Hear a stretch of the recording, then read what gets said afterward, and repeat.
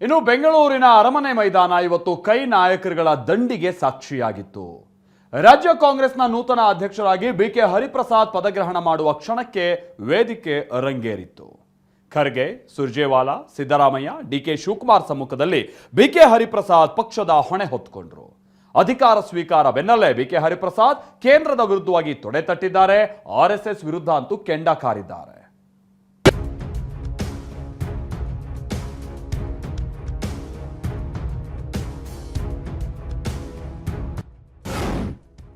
ರಾಷ್ಟ್ರ ಮಟ್ಟದ ಸಂಘಟನಾ ಚತುರ, ಈಗ ಕೆಪಿಸಿಸಿ ಸಾರಥಿ. ಇವತ್ತು ಬಿಕೆ ಹರಿಪ್ರಸಾದ್ ಒಬ್ಬ ಹಿರಿಯ ಕಾರ್ಯಕರ್ತರಿಗೆ ನನ್ನ ಅಧಿಕಾರವನ್ನ ಹಸ್ತಾಂತರವನ್ನು ನಾನು ಮಾಡಿದ್ದೇನೆ.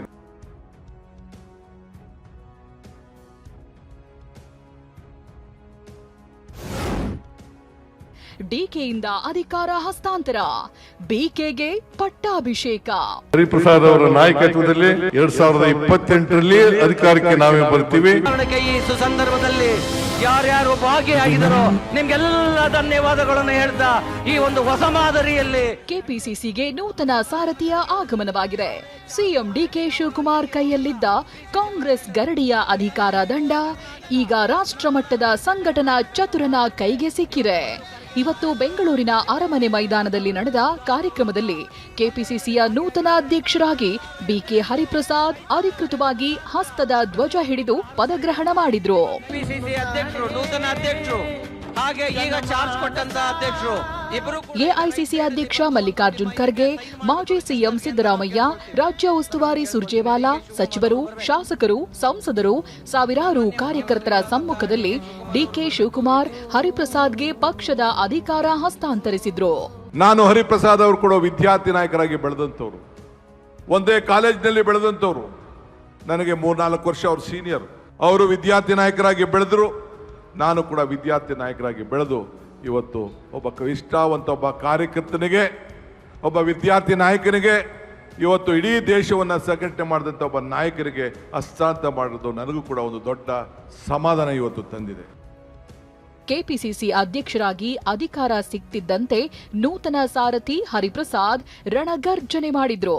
ಪ್ರಧಾನಿ ಮೋದಿ ಮತ್ತು ಆರ್ಎಸ್ಎಸ್ ವಿರುದ್ಧ ಬೆಂಕಿ ಭಾಷಣ ಮಾಡಿದ್ರು.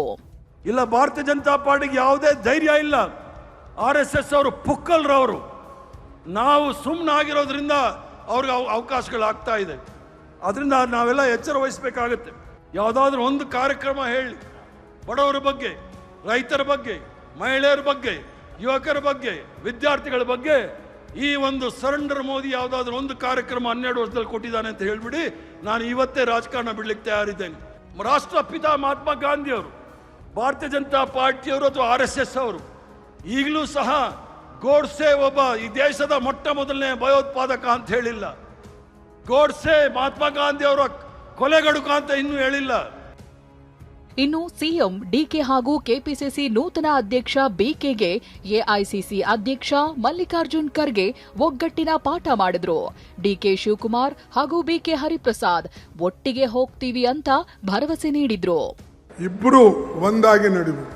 ಎಷ್ಟೇ ನಿಮ್ಮಲ್ಲಿ ಡಿಫರೆನ್ಸಸ್ ಬರಲಿ, ಇದು ನನ್ನ ಕಿವಿ ಮಾತು, ನೀವು ಒಳಗಡೆ ಕುಂತು ಬಗೆಹರಿಸ್ಕೊಳ್ಬೇಕು. ಯಾವುದೇ ಸಂದರ್ಭದಲ್ಲಿ ಪಕ್ಷಕ್ಕೆ ತೊಂದರೆ ಆಗದಾಗೆ ನಾನು ಮತ್ತು ಮುಖ್ಯಮಂತ್ರಿಗಳಾಗಿರ್ತಕ್ಕಂಥ ಶಿವಕುಮಾರ್ ಅವರು ಒಟ್ಟಿಗೆ ಕಾಂಗ್ರೆಸ್ ಪಕ್ಷವನ್ನ ಮುಂದೆ ತೆಗೆದುಕೊಂಡು ಹೋಗ್ತೀವಿ. ಹರಿಪ್ರಸಾದ್ ಅವರು ಕೂಡ ನಾನು ಕೇಳ್ಕೊಳ್ಳೋದು ಇಷ್ಟೇ, ಇಡೀ ಸರ್ಕಾರ ನಿಮ್ಮ ಜೊತೆಲಿ ಇರ್ತದೆ, ಇಡೀ ಪಕ್ಷ ನಿಮ್ಮ ಜೊತೆಲಿ ಇರ್ತದೆ.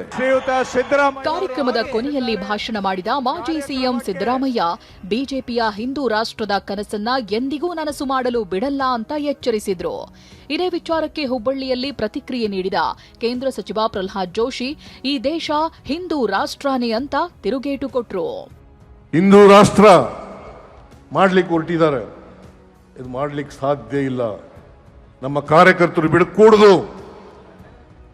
ನಾವು ಯಾವತ್ತೂ ಕೂಡ ಬಹುತ್ವದ ಪರವಾಗಿರ್ತಕ್ಕಂಥವರು, ಬಹುತ್ವವನ್ನು ರೂಪಿಸ್ತಕ್ಕಂಥ ಕೆಲಸವನ್ನು ಮಾಡ್ತಕ್ಕಂಥದ್ದು, ಅದನ್ನ ಮುಂದುವರಿಸ್ತಕ್ಕಂಥ ಕೆಲಸವನ್ನು ಮಾಡ್ತಕ್ಕಂಥದ್ದು. RSS ಬಿಜೆಪಿ ಹಿಂದೂ ರಾಷ್ಟ್ರ ಮಾಡ್ಲಿಕ್ಕೆ ಹೊಂಟಿಲ್ಲ. ಸಿದ್ದರಾಮಯ್ಯನವ್ರಿಗೆ ಗೊತ್ತಿಲ್ಲ ಈ ದೇಶ ಹಿಂದೂ ರಾಷ್ಟ್ರ ಇದ್ದದ.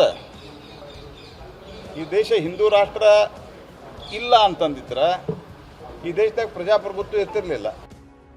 ಅತ್ತ ರಾಜ್ಯ ಉಸ್ತುವಾರಿ ರಣದೀಪ್ ಸುರ್ಜೇವಾಲಾ ಟ್ರಂಪ್ ಮುಂದೆ ಮೋದಿ ಕಣ್ಣಲ್ಲಿ ಕಣ್ಣಿಟ್ಟು ಮಾತನಾಡಲ್ಲ ಅಂತ ಅಣಕಿಸಿದ್ರು. America attacks our ships, kills our sailors, kills Indian sailors, but our Prime Minister cannot see eye to eye and tell Mr. Trump that this is unacceptable. ಒಟ್ಟಾರೆ ಅರಮನೆ ಮೈದಾನದಲ್ಲಿ ನಡೆದ ಕೆಪಿಸಿಸಿ ನೂತನ ಸಾರಥಿಯ ಪದಗ್ರಹಣ ಕಾರ್ಯಕ್ರಮ ಕೇವಲ ಅಧಿಕಾರ ಬದಲಾವಣೆಯ ವೇದಿಕೆಯಾಗಲಿಲ್ಲ.